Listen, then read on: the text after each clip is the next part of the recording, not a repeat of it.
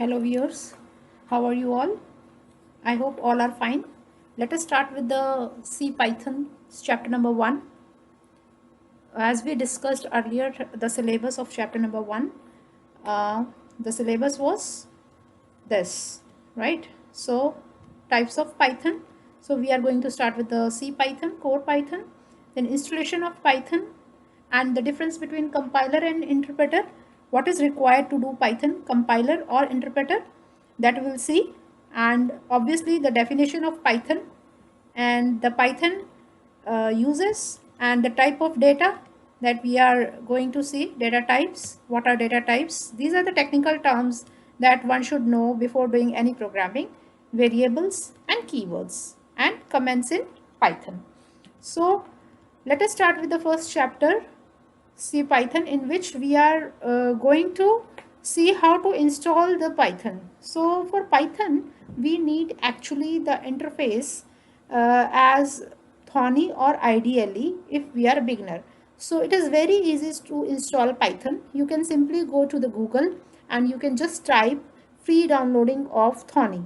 It will give you the link. On first link you will click and you will say next, next, next, and the setup will be on your system and you have to run that setup, right? I will give a particular video for this installation. I will show you the practical installation also in other video, right? Before we do the definition of Python, please subscribe, like and comment and share my channel if you like the videos. So what is Python basically? Python is the most popular programming language, right? Most popular means because it is now in trend, it is in the market, very popular, and we are getting a lot of opportunities in Python, right? We can have a trainee job, we can have as a fresher. If we have done the Python diploma only and we want to opt for some job, we can easily get the job in the IT companies, right? So it is a most popular programming language and it was created by the Guido van Rossum, and Guido van Rossum was the man behind the Python language. He was watching one circus on the name of Monte Carlo, and that in that circus the Python show was the favorite show of him. So that is the reason on the name of that particular show, the name of the language is Python. And next is the uses of Python we will see. Uses of Python is in web development. What is web development basically? Web means that is related to the websites, right? Suppose we want to create some websites. In that website, no doubt we use HTML, JavaScript, CSS, all these things. But beside that, you need to write, suppose it's some script of Python. Python will also play a role for the web development, right? Next is software development. What is software development? Suppose you want to create some software, right? What is software basically? Software is nothing, it is a set of instructions that you are passing. Like calculator is a software, right? Paint is a software, Microsoft Word is a software in which you do some work, is called as a software. So in software development also, suppose you want to create your own software and you want to write script in with the help of Python, you can also write that in software development. Next in mathematics. Mathematics means it is working with a huge amount of database also, right? So with the some of the mathematics calculations with interaction of database, you can also use in this way, right? So what is system scripting? System scripting is, right, to write some script to run your system, right? Next is compiler or interpreter. Why the question mark is there? Because you need whether compiler or interpreter for doing Python. What is required basically? So let us discuss first the definitions of both and then we will see what is required for Python, right?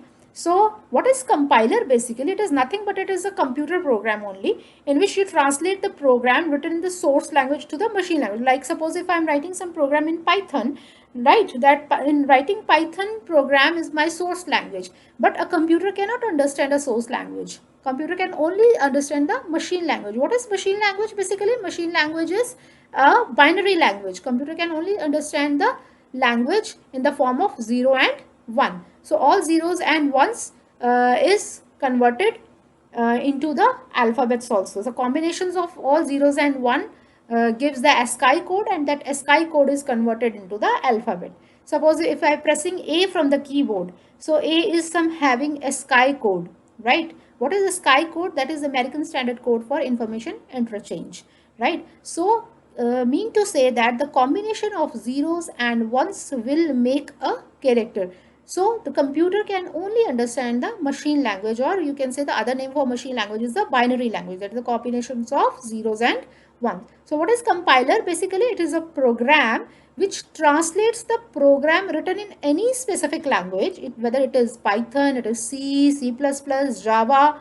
In all these things you need compiler to convert your source language into the machine language. Next is interpreter. Interpreter does the same thing, but the only difference between the interpreter and the compiler is that the compiler will read your program at once. All the program it will read at once, and it will debug your program, and it will give you the errors if you have any typing mistakes, any logical error, or any compilation error if you have.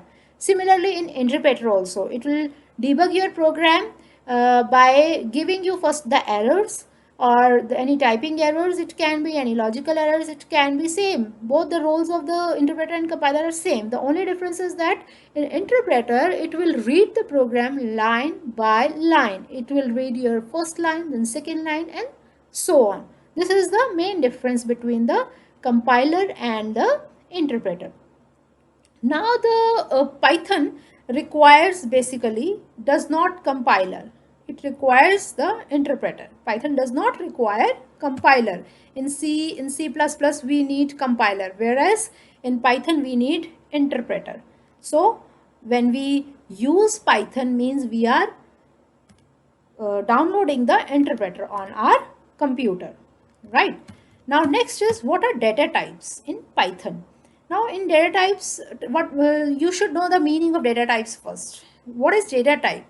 As the word tells us the meaning, data type. The type of data that you are going to store inside the system is a data type, right? Like suppose I'm giving you the example. I want to store the age, right? Now the age will be in numbers, not in alphabets.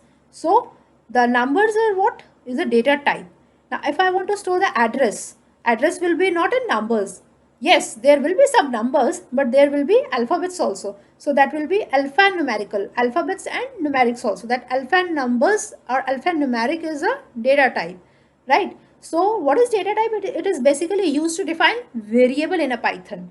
Now before you do the data types, before you use the data types in the Python, you should know the technical term, the meaning of data type.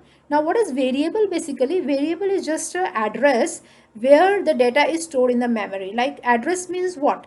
Suppose you have some almirah in your home, and you are keeping all the stuff inside the almirah, right? Now what is that almirah? Basically that almirah is a allocation of your stuff, right? Similarly in Python you have the variables as an address. Inside that variable you will be storing some what value, right? So what is a variable? Basically it's an address where you store the value inside the memory, right? Suppose if I am saying age is equal to 21, so that age is the name of a variable and 21 is the value, right? Now next is keywords. What are keywords? Basically keywords are the special words in every programming language that have some specific meaning for that particular language. Like suppose C will be having different keywords, C++ programming language will be having different keywords, Python will be having different keywords. And if I'll give the example, very simple example, if you did the basics in Excel, you have sum, you have average, you have count, all these formulas you have. And if you have seen my videos, I have shown you some formulas. Now if suppose I want to add something, I have to write the formula SUM. I cannot write ADD, add, right? I have to use SUM. Means in Excel, SUM is a keyword to get the sum. You cannot change it. So these are the special words that have specific meaning for that particular language, right? So with this, the chapter 1's theory is complete, and we'll discuss the rest of the comments portion. In the practical part, I'll show you how to write the comment. And see you in the next video. Subscribe, like and share if you like the video. Thank you so much.